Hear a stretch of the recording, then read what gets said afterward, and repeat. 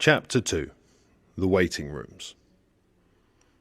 Johnny awoke to find himself sitting on a wooden bench, still dressed in his bright red racing overalls and clutching his silver crash helmet. He looked around him. He was in a long corridor that stretched as far as the eye could see one way, and looking the other way it went just as far. Opposite him and all along the corridor both ways were doors with no windows at about 20 meters apart. He looked behind him and suddenly saw a large picture window all the way along, and it seemed as though he was hugely high up in the building. The outside was a mixture of different colours: purples, greens, reds, yellows, pinks and blues. So many Johnny couldn't make them all out. They seemed to be swirling and interchanging. It could have been a rainbow out there, but it definitely wasn't. He was quite sure of that. While he was still trying to make sense of the outside, Johnny heard footsteps to his right, off in the distance, coming nearer and nearer.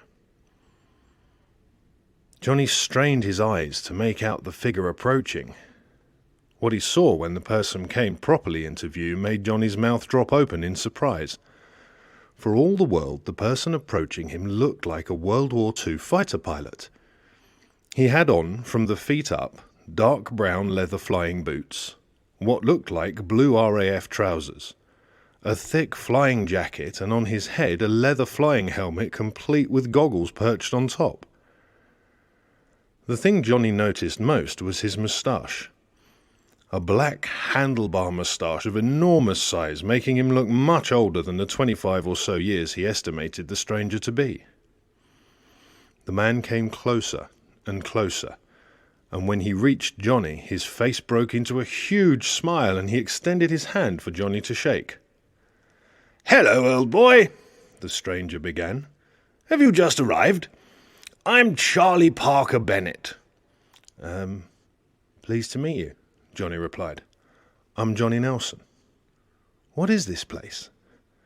"This? Why, this is headquarters," said Charlie. "And these are the waiting rooms." "Waiting rooms?" quizzed Johnny. "Waiting for what?" "Well," said Charlie, "when everyone comes here, the first thing you have to do is see the top master. Trouble is," he continued, "there are so many people waiting to see him that they have all these waiting rooms filled up. I haven't even seen him yet myself. Would you like to have a deco inside one, Johnny?" Okay," Johnny replied. Charlie opened the door nearest to him, and they both went inside.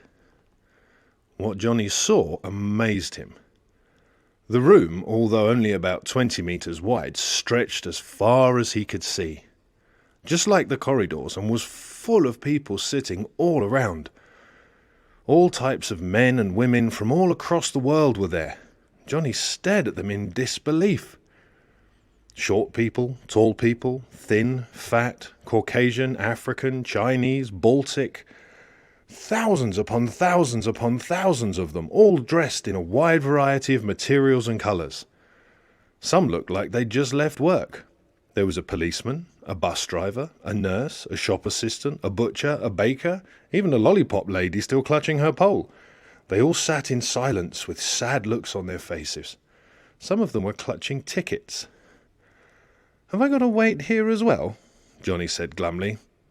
No, said Charlie, "don't worry about that. Here. When everybody comes here, you have to get a ticket with a number on it so you can take your turn. We can get one for you just down here. When you get your ticket, I can work out how long it'll be before you get to see the top master." They continued walking for a short while until Charlie suddenly stopped at a door. Johnny looked at the door. It had a sign on it which said, "Ticket room, only 2 school children at a time." "In here," said Charlie. They walked into the room, which was about 25 meters square. All around the walls were ticket machines, just like Charlie described. They looked for all the world like they'd just come out of the supermarket. "Righto, Johnny," said Charlie. "Choose any machine and take yourself a ticket. Only just one thing to remember: the numbers you see displayed aren't the numbers you're going to get.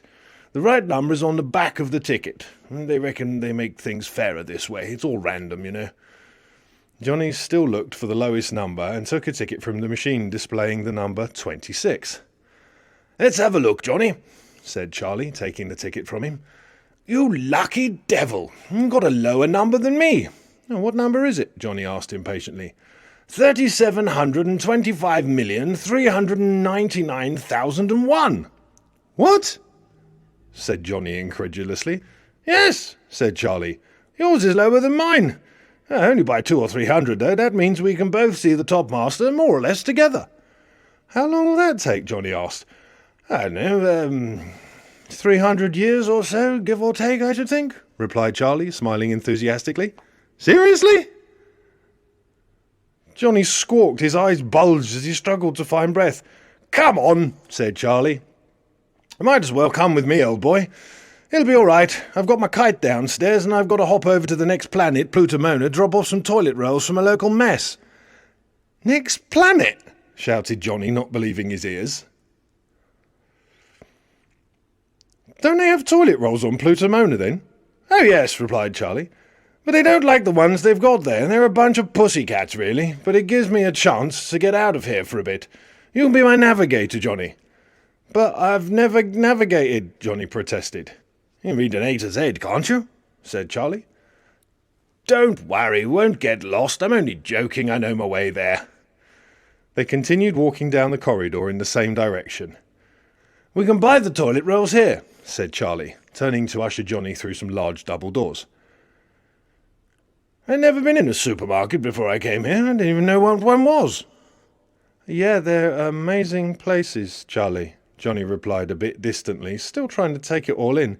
It's always surprising what you can find in them. I know, continued Charlie.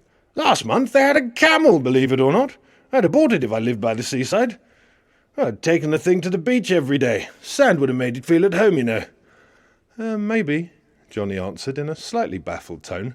I'm not sure it would have relished the sea. I don't know, Charlie continued regardless.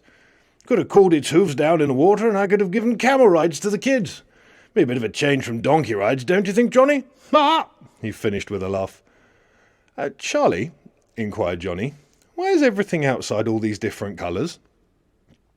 Oh, that, Charlie replied.